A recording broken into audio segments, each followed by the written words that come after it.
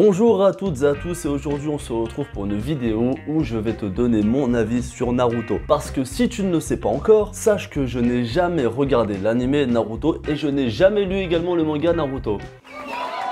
Merci. Oui, on est en 2022 et c'est un gros tour de force que j'ai fait. Bon, après, c'est pas totalement vrai. Naruto, j'ai regardé quelques épisodes ponctuellement, par-ci par-là, et ça m'a jamais attiré, ça m'a jamais plu. Mais depuis la parution des tomes Naruto Hokage, que j'achète parce que je suis un pigeon. Non, en vrai, j'aime bien, franchement, je vais pas te mentir. Eh bien, je me suis dit que c'était l'occasion de découvrir l'œuvre. Actuellement, je suis au tome 3, mais avant de commencer, au cas où tu ne connais pas, ce qui m'étonnerait, l'histoire de Naruto, voici ce qu'est Naruto.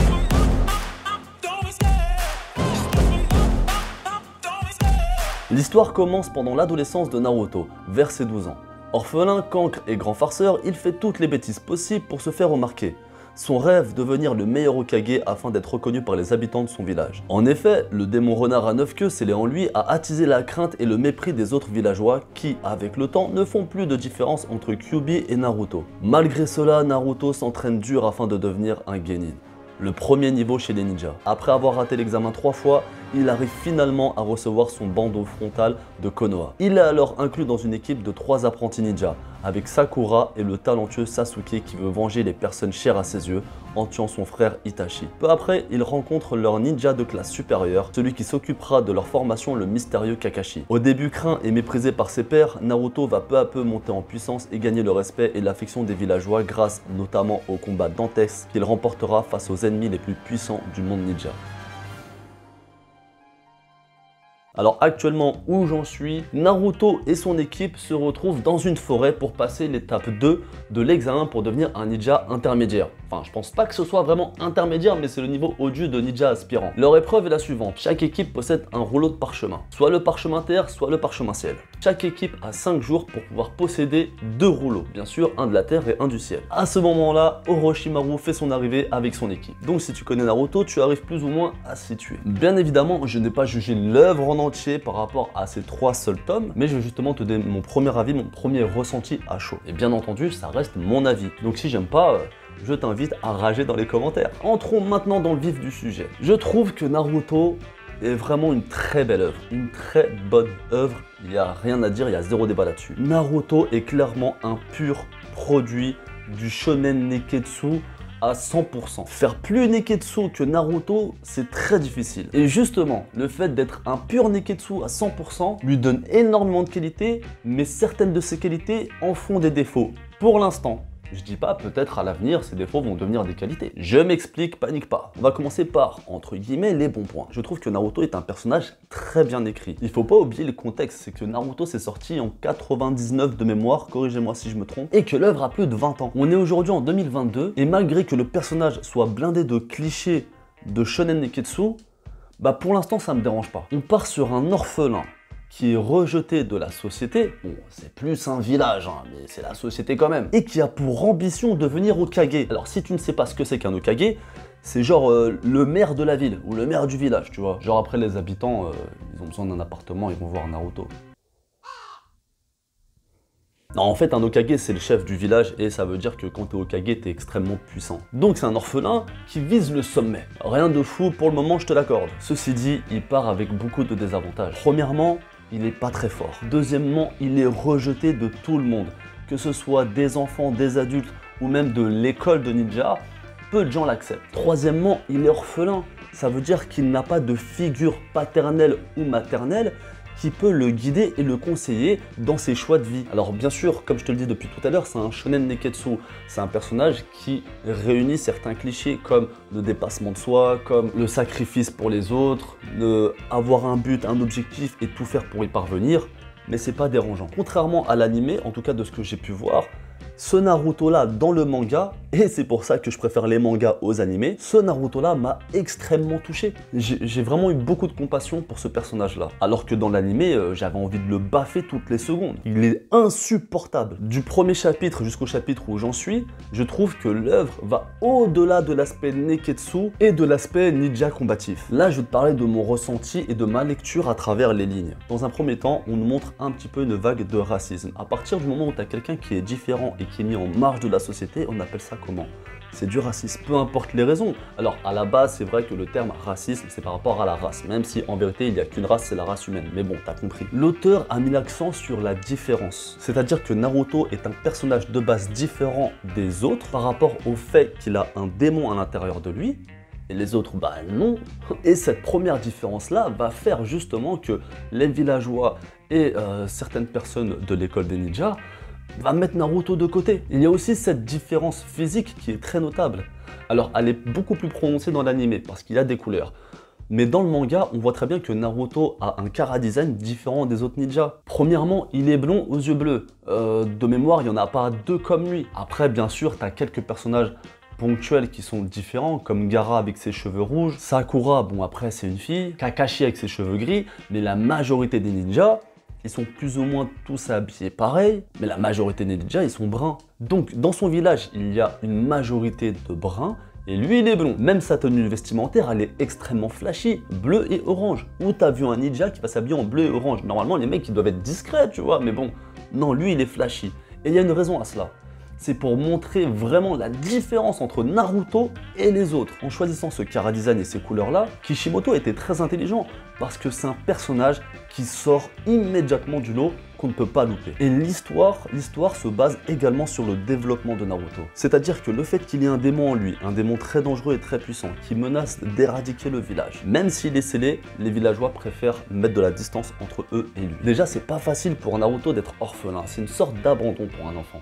Et là, il se fait abandonner par les dernières personnes sur qui il était censé compter. Du coup, ça engendre en lui un comportement qu'il peut-être n'aurait pas eu s'il avait eu ses deux parents et s'il n'avait pas été rejeté. Et ce comportement est le suivant. Il va tout faire pour se faire remarquer. Et quand je te dis tout faire, c'est faire des dingueries. Bon, après, quand je dis des dingueries, ça reste des conneries d'enfants.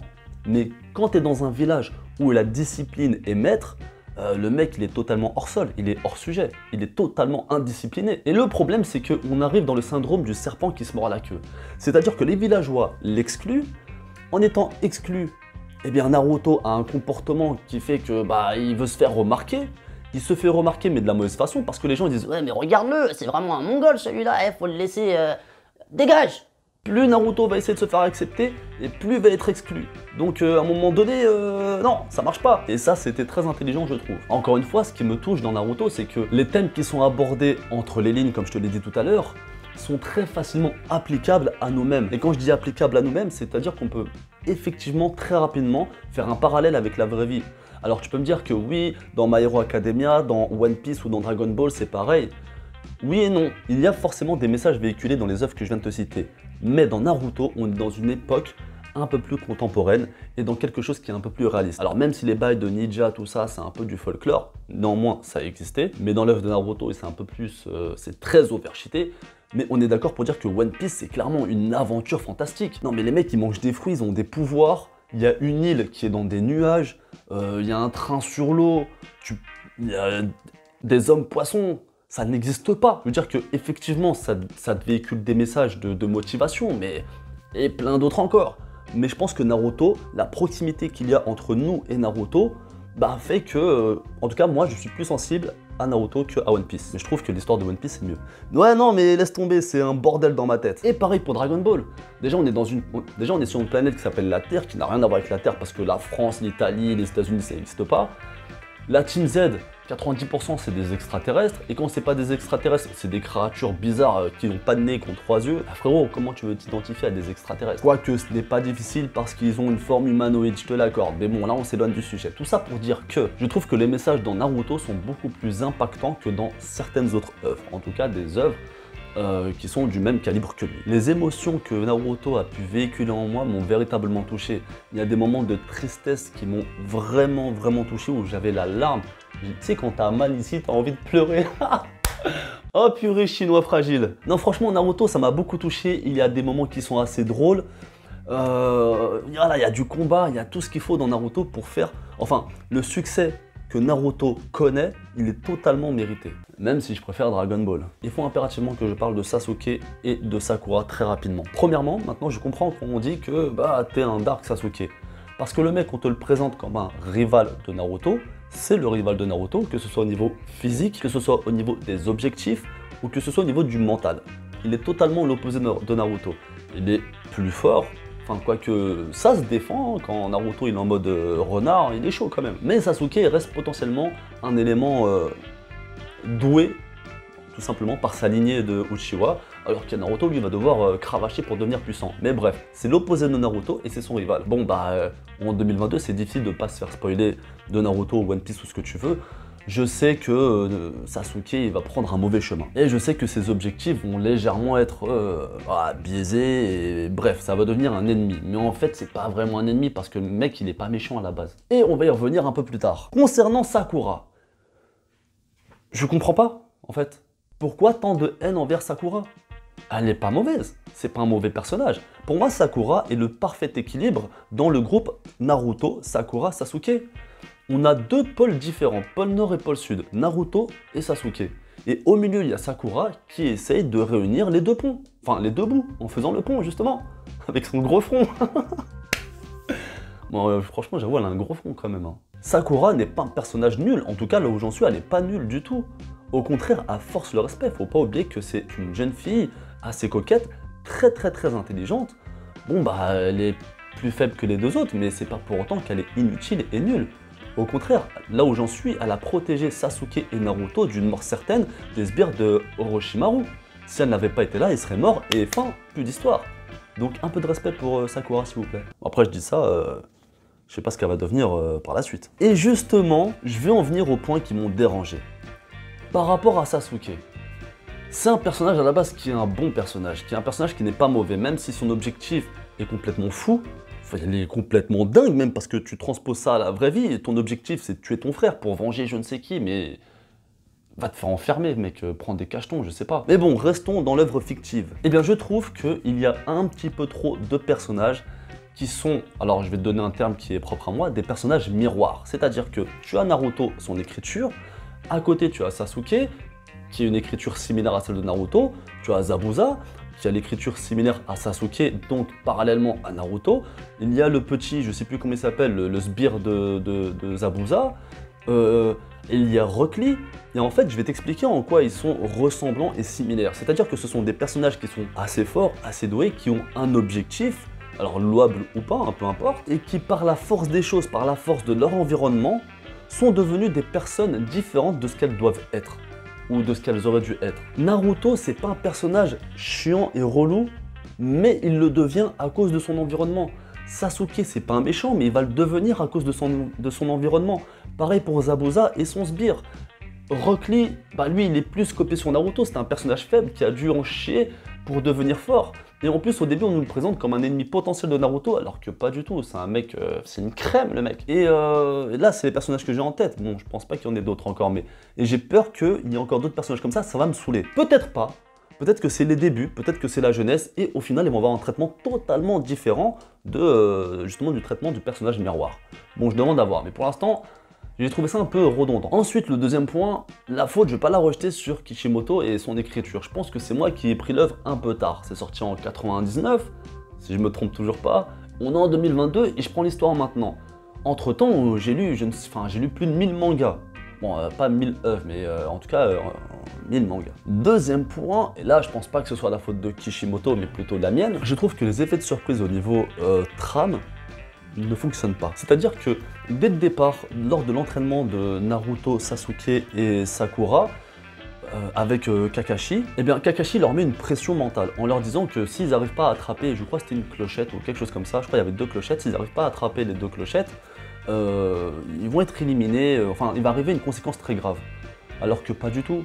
Déjà on le sait. Alors c'est pour ça que je te dis que c'est à cause de moi, si j'avais découvert l'œuvre sur le moment où elle avait été publiée, je sais que ça aurait marché. Mais là, comme je sais que Naruto au final il va devenir Hokage, que Sasuke et tout ça, enfin je connais plus ou moins le dénouement, je pense que c'est un peu de ma faute.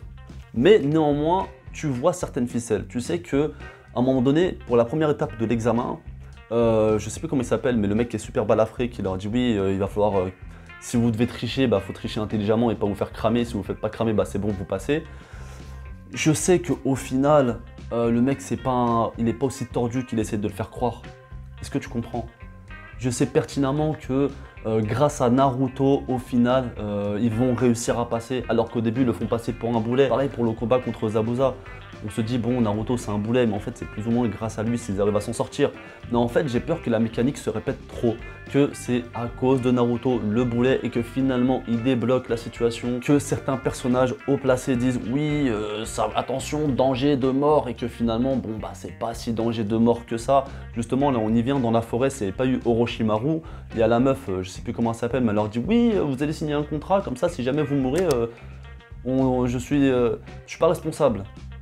Alors qu'on sait très bien qu'il n'y a personne qui va mourir. C'est des gamins, ils font tout justement pour les protéger, pour pas qu'ils meurent. On le sait. Donc j'ai trouvé ça un peu dommage, cet effet de dramatique qui finalement est très vite désamorcé.